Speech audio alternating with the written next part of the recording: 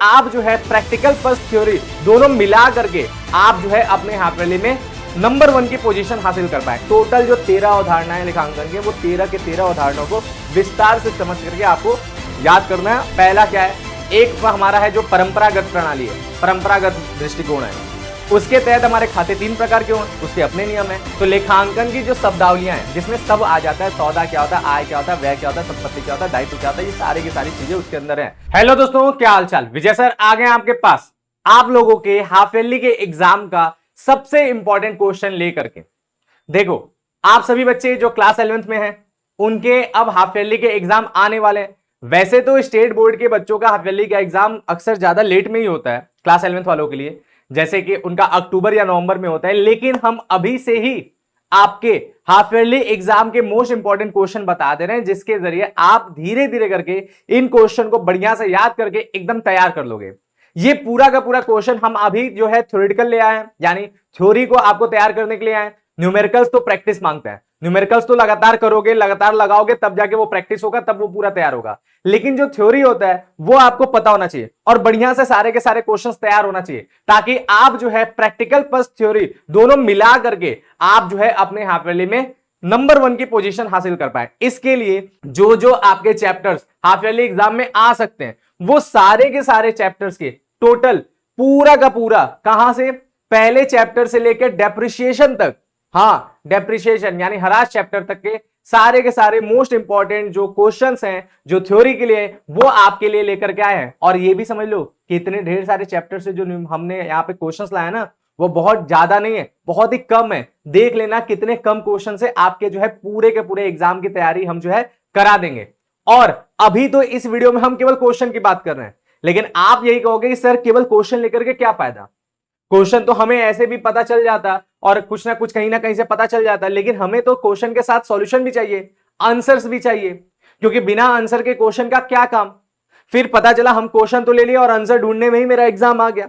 यह भी आपके दिमाग में आ सकता है कि आंसर खोजते रहो, सही आंसर पता करते रहो, तो बड़ा समस्या हो सकता है ना।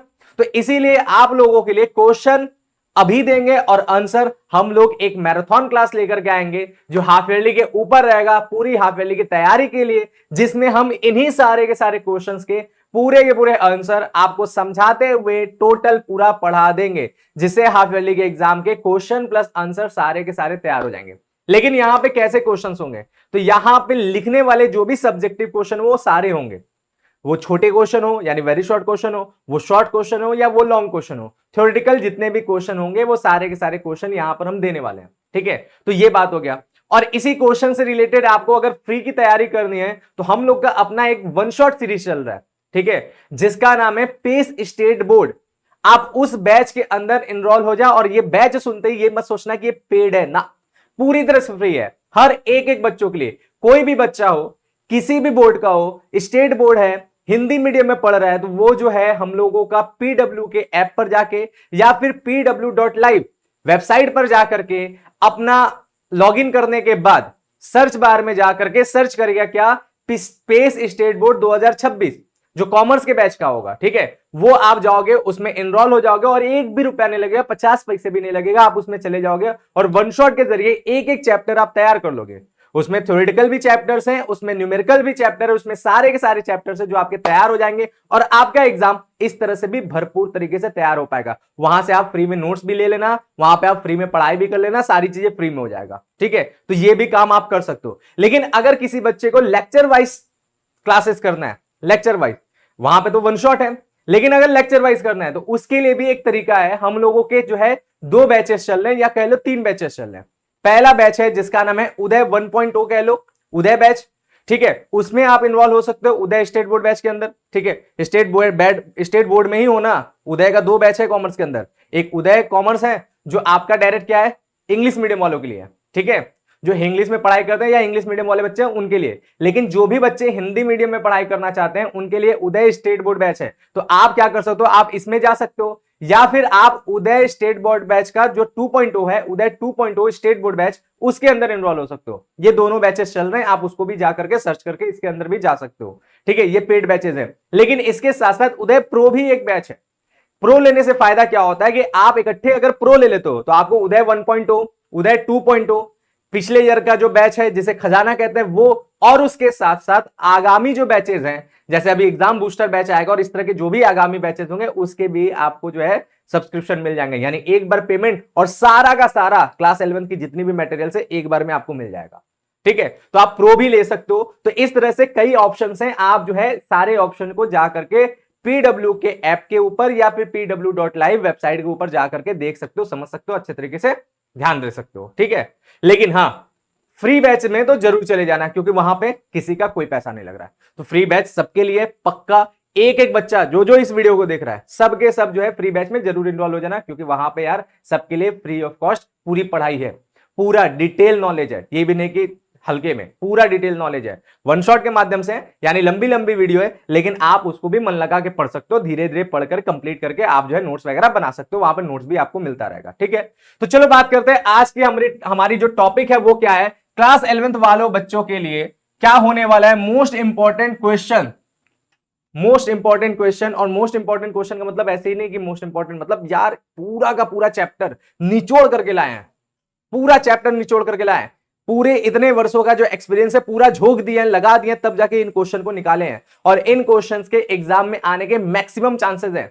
तो आप क्या करना है, सबसे पहले इन क्वेश्चन को तैयार कर लेना, याद कर लेना, उसके बाद आपके पास समय है तो और आगे भी पढ़ते रहना। ठीक है, ये मैक्सिमम मार्क्स दिलाएंगे लेकिन आप फुल मार्क्स चाहिए, कंप्लीट 100 में से 100 मार्क्स चाहिए तो थोड़ा सा इसके अलावा भी आपको मेहनत करना पड़ेगा, कुछ और भी देखना पड़ेगा, लेकिन हाँ ये मोस्ट इंपॉर्टेंट है, यानी ये मैक्सिमम मार्क्स इसी में से आने वाले हैं। ठीक है, और ये किसके लिए, तो ये हाफ ईयरली एग्जाम के लिए है, यानी यहां पे जो सिलेबस है वो केवल और केवल हाफ ईयरली एग्जाम तक का ही सिलेबस का यहां पे इंपॉर्टेंट क्वेश्चन है। तो चलो क्वेश्चन शुरू करते हैं, हर पेज पे एक क्वेश्चन, और देखना टोटल कितने क्वेश्चन आपको मिलते हैं। बहुत ही कम क्वेश्चन में हम आपके पूरे हाफ ईयरली तैयारी बता रहे हैं। ठीक है, जैसे सबसे पहला क्वेश्चन क्या है, तो देखो इसे हम लोग पहला क्वेश्चन कह सकते हैं, लेखांकन से क्या आशय है, इसका उद्देश्य और महत्व बताइए। लेखांकन का आशय और लेखांकन का उद्देश्य और महत्व बता लो, ये पढ़ लो, ये पहला क्वेश्चन है। दूसरा क्वेश्चन क्या है, दूसरा क्वेश्चन है पुस्तपालन एवं लेखाकर्म में अंतर। अब यहां पे ये जो क्वेश्चन है पुस्तपालन एवं लेखाकर्म में अंतर, इसी तरह एक क्वेश्चन बनता है पुस्तपालन एवं लेखांकन में अंतर। चाहे लेखांकन बोले चाहे लेखाकर्म में बोले, दोनों में यही आंसर देना है, सेम टू सेम, आप मत कंफ्यूज होना, आराम से लिख लेना। ठीक है, नेक्स्ट हमारा क्या है, नेक्स्ट हमारा तीसरा क्वेश्चन है, वो क्या कहता है कि लेखांकन सूचनाओं से क्या आशय है, इसके प्रकार और विशेषता बताइए। और विशेषता में कौन सा विशेषता, तो लेखांकन सूचनाओं की जो विशेषता होता है उसे हम लोग कहते हैं गुणात्मक विशेषता। ठीक है, गुणात्मक विशेषता, तो आप ये नहीं कि विशेषता ढूंढने लगना, किताब में गुणात्मक विशेषता है तो उसी को याद करना है। ठीक है, ये हो गया। नेक्स्ट हमारा क्या, नेक्स्ट हमारा है कि लेखांकन की अवधारणाओं को विस्तार से बताइए। टोटल जो 13 अवधारणाएं लेखांकन के, वो 13 के 13 अवधारणाओं को विस्तार से समझ करके आपको याद करना है और लिखना है। एग्जाम में सारे अवधारणा नहीं, प्रमुख रूप से 7-8 अवधारणाएं पूछ लेता है। ठीक है, लेकिन कभी कभी बाई चांस सारे अवधारणा भी पूछ सकता है, ऐसे बोर्ड में जहां पर ज्यादा मार्क्स के क्वेश्चन आते हैं, तो आप लोग उसको भी याद कर लेना। नेक्स्ट इसके बाद हमारा क्या है, नेक्स्ट इसके बाद हमारा जो है, ये कौन सा क्वेश्चन था, क्वेश्चन नंबर 3, क्वेश्चन नंबर 4।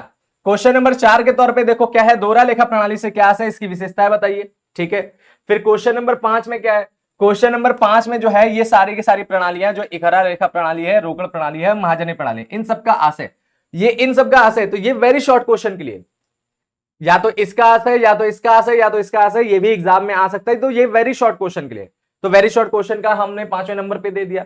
फिर 6ठे नंबर पे क्या है, तो 6ठे नंबर पे हमारा है लेखाकर्म के मूल प्रलेखों को प्रकारों को विस्तार से बताइए। लेखाकर्म के यानी लेखांकन जो मूल प्रलेख है उसमें भी 8 प्रलेख हैं, उन सारे के सारे 7-8 प्रलेखों को अच्छे तरीके से पढ़ करके समझ करके एकदम अच्छे तरीके रखना है। कभी कभी ये सारे के सारे प्रलेख पूछ देता है कि प्रमुख प्रलेखों के नाम बताइए, प्रमुख प्रलेखों का विस्तार से समझाइए, या कभी कभी उनमें से किसी एक को वेरी शॉर्ट में पूछ देता है, तो ऑटोमेटिकली ये शॉर्ट और लॉन्ग दोनों को कवर कर रहा है एक ही क्वेश्चन। ठीक है, एक ही क्वेश्चन आप पढ़ोगे और दोनों के दोनों एक साथ कवर हो रहे, तो आप ध्यान रखना। ठीक है, नेक्स्ट हमारा क्या है, नेक्स्ट हमारा जो है कौन सा क्वेश्चन नंबर है, 6 के बाद 7वां क्वेश्चन नंबर है कि प्रमाणक क्या है और इसके प्रकार बताइए। बहुत छोटा क्वेश्चन है, अक्सर शॉर्ट में ही आता है, तो ये हो गया 7वां के बाद हमारा 8वां देखो, तो 8वां क्या है कि खाता से क्या आशय है, खातों के प्रकार एवं नियम बताइए।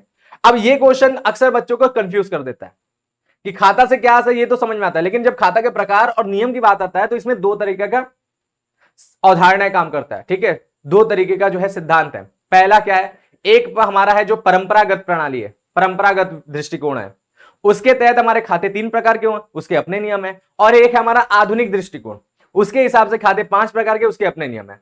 तो आपके दिमाग में ये क्वेश्चन फंस सकता है कि सर हम लोग यहाँ पे जब नियम बात करें और खातों के प्रकार बात करें तो किसकी बात करें। तो याद रखना, जब भी खातों के प्रकार और नियम की बात करेगा तो हमेशा आपको परंपरागत वालों को ही फॉलो करना है, ठीक है। जब तक साफ साफ क्वेश्चन में आधुनिक बोल ना दे, आप दोनों याद कर लेना, लेकिन आधुनिक बहुत ही कम पूछा जाता है, ज्यादातर परंपरागत ही पूछा जाता है। अगर परंपरागत कुछ नहीं बोला है तो परंपरागत लिखिए, परंपरागत बोला है तो परंपरागत वाला ही लिखना है, लेकिन जब आधुनिक बोल दिया तो आधुनिक भी आपका आ सकता है। तो आधुनिक भी एक नजर में पढ़ लेना, बड़ा आसान है, ठीक है, देख लेना। चलो नेक्स्ट, इसके बाद क्या है, तो नेक्स्ट हमारा जो है 8वां के बाद 9वां क्वेश्चन। 9वां क्वेश्चन क्या कहता है कि नगद छूट एवं व्यापारिक छूट में अंतर बताइए, ठीक है। ये बहुत ही इंपॉर्टेंट क्वेश्चन है, हाफ ईयरली के एग्जाम से ध्यान में रखते हुए अच्छे तरीके से पढ़ लेना। फिर 10वां क्वेश्चन क्या है, 10वां क्वेश्चन है बैंक समाधान विवरण क्या है, रोकड़ बही तथा पासबुक में शेषों के अंतर के कारण बताइए। बहुत इंपॉर्टेंट क्वेश्चन है, अगर बैंक समाधान विवरण आता है आपके हाफ ईयरली में तो ये क्वेश्चन सबसे इंपॉर्टेंट है, आएगा जरूर। इसके बाद हमारा अगला देख लो, अगला हमारा 11वां क्वेश्चन क्या है, तलपट से न प्रकट होने वाली अशुद्धियों को विस्तार से समझाइए। तलपट हमारे अशुद्धियों को दूर करने के लिए बनाया जाता है। कौन सी अशुद्धि? अंगणितीय अशुद्धि। ऐसी भी कुछ अशुद्धियां होती हैं जो तलपट के मिलने के बाद भी होती हैं, तो वही अशुद्धियों के बारे में यहां पूछ रहा है कि तलपट से न प्रकट होने वाली अशुद्धियों को विस्तार से समझाइए, ठीक है। सारी अशुद्धियों को पढ़ना है, उसको समझाना है। फिर इसके बाद हमारा जो है 11वां था, बिल्कुल, तो 12वां क्वेश्चन क्या है, 12वां क्वेश्चन हमारा है अशुद्धियों से क्या से अशुद्धियों के प्रकार बताइए, ठीक है, ये 12वां क्वेश्चन है। फिर इसके बाद हमारा जो 13वां क्वेश्चन है ये क्या है, 13वां क्वेश्चन है हरास से क्या से हरास, अप्रचलन तथा उच्चावचन में अंतर बताइए। ये हरास चैप्टर का बहुत ही इंपॉर्टेंट क्वेश्चन है, अंतर को ध्यान में रखते हुए, हरास, अप्रचलन और उच्चावचन, इसको पढ़ लेना है, ये आ सकता है। और 13 के बाद हमारा जो है अगला 14वां क्वेश्चन क्या है, 14वां क्वेश्चन है हरास की 2 विधियों को विस्तार से समझाइए। आपके किताब में जनरली 2 विधि ही होगा, कुछ किताबों में 2 से ज्यादा विधियां हैं, लेकिन उन विधियों को नहीं देखना रहता है, मेन 2 विधि ही पढ़ना था, स्थायी प्रभाग पद्धति और क्रमागत हरास पद्धति। इन दोनों विधियों का आस है, ठीक है, इन दोनों विधियों का विशेषता, गुण और दोष, यही आपका इसमें समझना है, ठीक है। तो ये आप पढ़ लिए तो आपका जो है हरास का जो है ये 2 ही केवल इंपॉर्टेंट क्वेश्चन थ्योरी के ध्यान में रखा जाएगा, बस इतना ही। ये सारे के सारे क्वेश्चन हमारे क्या है, लॉन्ग के लिए, और इसमें कुछ क्वेश्चन शॉर्ट के लिए भी हो गया, वेरी शॉर्ट के लिए, है ना बात। तो ये टोटल हमारा 14 क्वेश्चन, बस इस 14 क्वेश्चन में आपकी पूरी थ्योरी का तैयार, ठीक है। लेकिन इसके अलावा कुछ क्वेश्चन आपके वेरी शॉर्ट के लिए एकदम इंपॉर्टेंट है, वेरी शॉर्ट के लिए कुछ क्वेश्चन एकदम इंपॉर्टेंट है। उन सारे क्वेश्चंस को देखो, सारे के सारे क्वेश्चन में मात्र आशय आपको याद रखना है, केवल आशय, ठीक है। क्या क्या, किसका किसका आशय पढ़ना है, तो लेखांकन की शब्दावलियां, लेखांकन की जो शब्दावलियां ये छोटा मोटा नहीं है, इसमें बहुत से छोटे छोटे चीजों का इकट्ठा समावेश है, जो हम अक्सर पहले और दूसरे लेक्चर में पढ़ाते हैं। आप देखोगे वाईटी पे भी, यहां पर भी आपको मिल जाएगा आशय, ठीक है, उसमें 2 लेक्चर में पूरा कंप्लीट होते हुए, और किसी भी बैच में चले जाओगे वहां भी आपको मिल जाएगा। तो लेखांकन की जो शब्दावलियां हैं जिसमें सब आ जाता है, सौदा क्या होता है, आय क्या होता है, व्यय क्या होता है, संपत्ति क्या होता है, दायित्व क्या होता है, ये सारे की सारी चीजें उसके अंदर है, तो वो सब पढ़ लेना, क्योंकि इन सारे के सारे शब्दावली में से एक क्वेश्चन कोई भी वेरी शॉर्ट में पूछा जा सकता है, इसीलिए हमने ये बोल दिया, ठीक है। फिर इसके बाद लेखांकन समीकरण का आशय भी पूछ सकता है, जर्नल का आशय भी पूछ सकता है, खाता बही का भी पूछ सकता है, खतौनी क्या होता है ये भी पूछ सकता है, रोकड़ बही क्या होता है ये भी पूछ सकता है, सहायक बहियां किसे कहते हैं ये भी पूछ सकता है, और तलपट क्या होता है ये भी पूछ सकता है। इन सभी का केवल और केवल आशय, सबका आशय आएगा, यानी इन सबका केवल और केवल आशय याद कर लेना, यानी अर्थ याद कर लेना, यानी परिभाषा याद कर लेना, ऐसे भी बोल सकते हो। इतना पढ़ लिए, बस सारा का सारा आपका हाफ ईयरली तक का एकदम कंप्लीट हो गया सिलेबस। बस यही बात है यार, बस इतना ही पढ़ना है, और इतनों को अगर आपने अच्छे तरीके से कर लिया तो आपके एग्जाम में मैक्सिमम मार्क्स आना तय है, मैक्सिमम मार्क्स।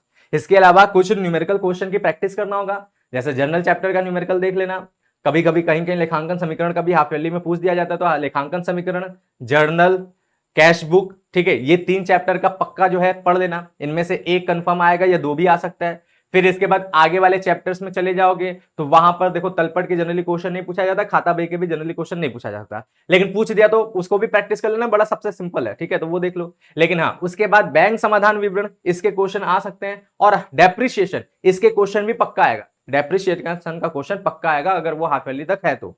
और इसके अलावा अशुद्धियों के सुधार एक चैप्टर है, ये क्वेश्चन भी 100% आने वाला है। तो ये कुछ चैप्टर्स हैं जिसके न्यूमेरिकल्स पे आपको प्रैक्टिस करना है, ठीक है। और वो कैसे होगा, जब इन चैप्टर्स को बकायदे पढ़ोगे, इसके क्वेश्चंस को समझोगे, न्यूमेरिकल्स पे प्रैक्टिस करोगे तो हो जाएगा। तो इस प्रकार से ये सारे के सारे अगर चीजों को आपने तैयार कर लिया तो 100 में से 100 की तैयारी है, पक्का मान के चलो, 100 में से 100 की तैयारी है। बाकी जितना अच्छा लिखोगे उतना अच्छा आपको मार्क्स मिलेगा। लेकिन हाँ, जितने क्वेश्चन हमने यहाँ पे बताए ये सारे जरूर याद होने चाहिए, ये याद करने के बाद ही कुछ एक्स्ट्रा पढ़ना, कुछ एक्स्ट्रा काम करना। सबसे पहले टारगेट बनाओ कि इतने क्वेश्चन के आंसर हमको याद होना चाहिए, और अगर इसके आंसर आप ढूंढ लेते हो, आपके पास है, तो याद करना स्टार्ट कर दो। और अगर आपको इंतजार है कि इसके आंसर भी बताया जाए, तो बस उस मैराथन क्लास का इंतजार करो, जिसके बारे में बहुत ही जल्द आपको अभी इसी चैनल पे बहुत ही जल्दी आपको उसके बारे में जानकारी मिल जाएगा। तो चलो चैनल पे बने रहिए, मिलते हैं हम लोग नेक्स्ट वीडियो में, तब तक के लिए थैंक यू, बाय, जय हिंद।